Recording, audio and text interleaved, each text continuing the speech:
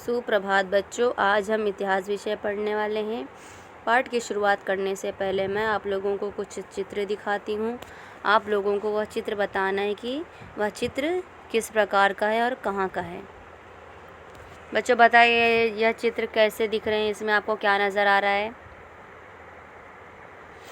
Ma'am, इस चित्र में गांव का दृश्य है और एक तरफ गांव की महिलाएं बैठी हुई हैं। जी हाँ बच्चों, आपने बहुत अच्छा उत्तर दिया। अच्छा बच्चों बताइए, यदि आप अपने घर में कोई कार्य करते हैं तो आपके कार्य को कौन परमिशन देता है कि हाँ आप यह काम करिए? हमारे माता पिता। जी हाँ, बहुत अच्छा उत्तर दिया। जब तक हमारे माता पिता हमारे किसी कार्य को हामी नहीं भरते, हाँ नहीं बोलते, तो वह कार्य हम नहीं करते हैं। यानी कि हमारे घर के जो भी कार्य होते हैं वह हमारे बड़े बुजुर्ग उस कार्य को करने की इजाज़त और फैसला लेते हैं। तो बच्चों, इसी प्रकार गांव या शहर से संबंधित जो भी कार्य होते हैं उसको करने के लिए कोई ना कोई अधिकारी होता है। तो आज जो हम इतिहास विषय में पाठ का अध्यापन करने वाले हैं, उस पाठ का नाम है ग्रामीण शासन, स्थानीय शासन संस्थाएं। समाज का नियमन करने में स्थानीय शासन संस्थाएं प्रमुख भूमिका निभाती हैं। हमारे देश में इन शासन संस्थाओं के साथ साथ संघ शासन व राज्य शासन भी समाज का नियमन करने में कार्य में सहभागी रहता है। जिस प्रकार बच्चों, जैसे कि हमारे गांव में कोई शासन संस्था चलती है, उसी प्रकार संघ शासन और राज्य शासन भी उस कार्य को पूर्ण करने में सहभागी होता है। चलिए आगे बढ़ते हैं।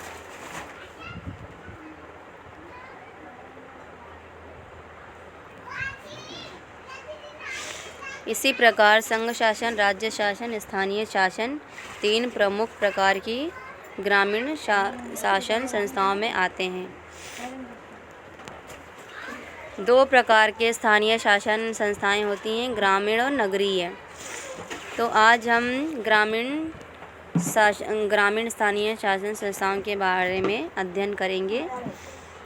उसमें से पहला हमारा मुद्दा है ग्राम पंचायत।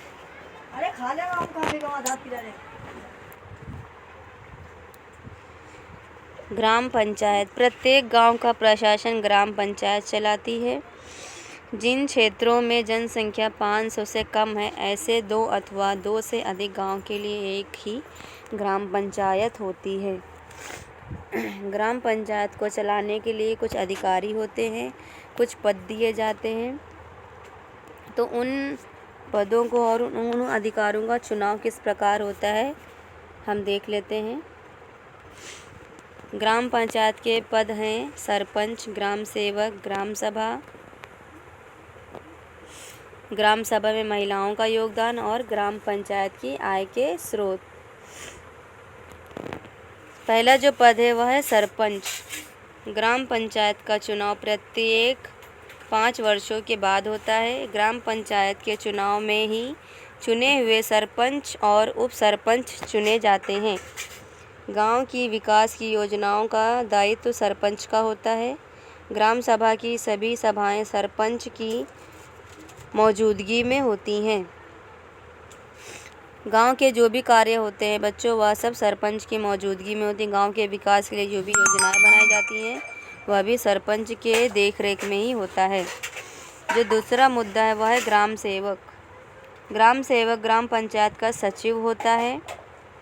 इसकी नियुक्ति जिला परिषद का मुख्य अधिकारी करता है। ग्राम सेवक की नियुक्ति कौन करता है? जिला परिषद का मुख्य अधिकारी।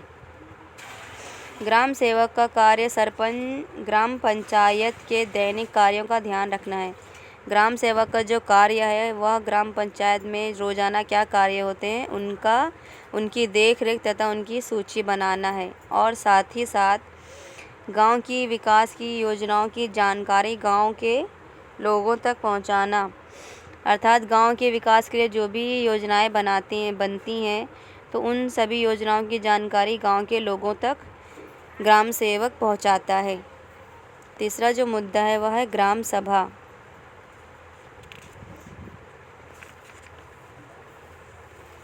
ग्रामीण भाग में रहने वाले अथवा गांव के सभी मतदाताओं की सभा को ग्राम सभा कहते हैं। प्रत्येक वर्ष में मतदाताओं की सभा 6 बैठक होना अनिवार्य है। ग्राम सभा की सभी योजनाओं की मान्यता ग्राम सभा को दी जाती है। ग्राम सभा की जितनी भी बैठक या मीटिंग होती हैं वह वर्ष में 6 बार होना ज़रूरी है और जो भी योजनाएं बनती हैं उनकी मान्यता ग्राम सभा के द्वारा ही दी जाती है। जैसे किसी उदाहरण के लिए जैसे किसी कार्य के लिए हमारे बड़े मान्यता नहीं देते तब तक वह कार्य हम नहीं करते। उसी प्रकार जब तक ग्राम सभा किसी कार्य को मान्यता नहीं देता तो वह कार्य व योजना उपयोग में नहीं लाई जा सकती। अगला जो हमारा मुद्दा है वह है ग्राम सभा में महिलाओं का योगदान। ग्राम सभा में बहुत सारी बातें होती हैं। महिलाएं अपने अपने विचारों को लेती हैं, उसी से संबंधित है। ग्राम सभा शुरू होने से पहले महिलाओं की बैठक होती है जिसमें गांव की महिलाएं खुलकर अनेक प्रश्नों पर विचार करती हैं। उदाहरण के लिए जैसे पीने के पानी की बात, शराबबंदी, रोजगार, ईंधन से संबंधित, स्वास्थ्य से संबंधित आदि सभी मुद्दों पर वह विचार विमर्श करती हैं और ग्राम सभा में अपने मतों को, अपनी बातों को रखती हैं। अच्छा, यह सभी कार्य करने के लिए ग्राम पंचायत के पास आय कहाँ से आता है, उसका स्रोत कहाँ से होता है, उसके बारे में हम देख लेते हैं। तो आय का जो स्रोत होता है ग्राम पंचायत का, उसमें से है आवास कर, जल कर, यात्रा कर, साप्ताहिक हाट बाजार कर, राज्य सरकार व जिला परिषद से प्राप्त अनुदान। जिस प्रकार बच्चों शहरों में house tax, income tax, water tax ये सब हम देते हैं, उसी प्रकार गांव में भी इस प्रकार के कर लगाए जाते हैं जिससे ग्राम पंचायत के योजनाओं या ग्राम पंचायत की जो भी योजनाएं बनती हैं गांव के विकास के लिए, उसके लिए यह सभी कर लगाए जाते हैं। उसके बाद जो हमारा दूसरा मुद्दा था ग्रामीण स्थानीय शासन संस्थाओं में, वह है पंचायत समिति। प्रत्येक तहसील में सभी गांवों को मिलाकर एकत्रित विकास खंड होता है। उस विकास खंड के प्रशासन का कार्य पंचायत समिति की देखरेख में चलता है। ग्राम पंचायत व जिला परिषद को जोड़ने वाली कड़ी के रूप में पंचायत समिति कार्य करती है। जो ग्राम पंचायत होती है और जो जिला परिषद, उन दोनों को जोड़ने की मुख्य कड़ी है पंचायत समिति। ग्राम पंचायत से जो थोड़ा बड़ा ओहदा या पद होता है वह होता है पंचायत समिति। तो पंचायत समिति के क्या क्या कार्य हैं हम देख लेते हैं। पंचायत समिति के मुख्य कार्य हैं गांव की सड़कों को पक्का करना, गांव की गंदी नालियों की साफ सफाई रखना तथा उनका रखरखाव करना, और गांव में पानी की व्यवस्था करना, गांव के लोगों के लिए पेयजल की व्यवस्था करना तथा गांव में मेले, दंगल आदि के लिए सार्वजनिक जगहों की व्यवस्था करना, प्राथमिक शिक्षा की व्यवस्था करना, हस्त उद्योग और कुटीर उद्योग की व्यवस्था करना, सार्वजनिक शौचालय की व्यवस्था करना तथा लोक कल्याणकारी कार्य करना। इसके अलावा पशुओं के पीने की व्यवस्था करना, पशुओं के पानी की पीने की व्यवस्था करना। हम कई बार देखते हैं कि गांव में गंदा जल इधर उधर भरा रहता है, वह पशु पी लेते हैं। तो गांव में सरपंच या पंचायत समिति का कार्य है कि पशुओं की देखरेख के लिए उनके पानी की व्यवस्था तथा उनके स्वास्थ्य से संबंधित व्यवस्था करना चाहिए। चलिए अभी हम एक एक्टिविटी कर लेते हैं।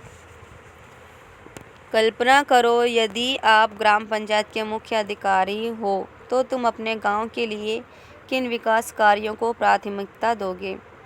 मान लीजिए आपको यह चित्र नज़र आ रहा है। इन चित्रों में जो सुविधाएं दी गई उन सुविधाओं में आप किस प्रकार के बदलाव लाएंगी? हमदा, पहले आप बोलिए। मैम, मैं शिक्षा विषयक जो सुविधाएं हैं, शिक्षा के लिए नई नई तकनीकी उपकरणों का प्रयोग करूंगी और शिक्षा के लिए गांव में अन्य विद्यालय खोलूंगी तथा उनसे शिक्षा से संबंधित छात्रों को नए नए उपकरण और वर्तमान की सभी चीज़ें उपलब्ध कराऊंगी।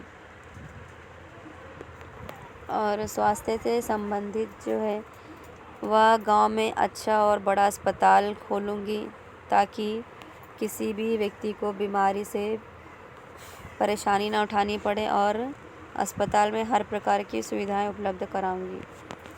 वेरी गुड हमदा, बहुत अच्छा। चलिए आगे बढ़ते हैं। सुनीता, आप बोलिए।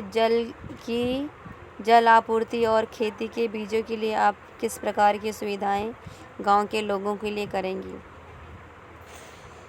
मैम, मैं जल के विकास के लिए जगह जगह पर पानी की व्यवस्था करूंगी, कुएं खुदवाऊंगी या फिर नल और जो हैंड पंप है उनकी व्यवस्था करूंगी ताकि लोगों को पानी की व्यवस्था हो सके और स्वच्छ पानी का उपयोग कर सकें। साथ ही गांव के किसानों के लिए खेती के बीजों की पूर्ति करवाऊंगी और खेतों के किसानों के लिए खेतों से संबंधित अन्य उपकरण भी उपलब्ध कराने की व्यवस्था करूंगी। बहुत अच्छा उत्तर दिया सुनीता आपने। चलिए आगे बढ़ते हैं। प्रिया और प्रतिभा, आप लोग बताइए कि बिजली की सुविधा और परिसर के लिए आप क्या कार्य करेंगे? मैम, मैं बिजली की सुविधा के लिए गांव में बिजली की सुविधा उपलब्ध कराऊंगी और बिजली गांव में रोज़ाना आए इसके लिए मैं सुविधाएं देखूंगी तथा बिजली की पूर्ति के लिए जो भी सुविधाएं होती हैं उन सबको लोगों तक पहुंचाने की प्रयास करूंगी। और प्रतिभा, तुम बोलो। मैम, मैं गांव के परिसर के लिए लोगों को जागरूक करूंगी और जगह जगह पर पेड़ पौधे लगाने के लिए उत्साहित करूंगी ताकि हमारा परिसर स्वच्छ रहे और लोगों को अच्छी हवा मिल सके, सांस लेने में उन्हें तकलीफ़ ना हो। इसी प्रकार से मैं गांव के लोगों को अवगत करूंगी। तो बच्चों, आज हमने इतिहास विषय में बहुत सारे मुद्दों को देखा। चलिए मैं आप लोगों से प्रश्न कर लेती हूँ। अच्छा, यह बताइए, ग्राम पंचायत का चुनाव किस प्रकार होता है? मैम, ग्राम पंचायत का चुनाव 5 वर्षों में होता है और मतदान गांव के लोगों के द्वारा ही गांव के सरपंच का चुनाव होता है। अच्छा, वेरी गुड। अच्छा, यह बताएं, पंचायत समिति के क्या क्या कार्य हैं? मैम, पंचायत समिति के कार्य हैं गांव की सड़कों को पक्का करना, गंदी नालियों को साफ़ सुथरा करवाना और पानी की व्यवस्था करना। वेरी गुड, बहुत अच्छा उत्तर दिया आप लोगों ने। तो बच्चों, आज हमने इतिहास विषय में ग्रामीण स्थानीय शासन संस्थाओं के बारे में अध्ययन किया। अगले तासिका में हम नगरीय की क्या क्या सेवाएं हैं उनके बारे में चर्चा करेंगे। नगरीय में कौन कौन से मुद्दे होते हैं और उनका कार्य किस प्रकार होता है उसके बारे में हम अध्ययन करेंगे। तो बच्चों, आज हम लोगों ने ग्रामीण स्थानीय शासन संस्थाएं नामक पाठ का अध्ययन किया। धन्यवाद।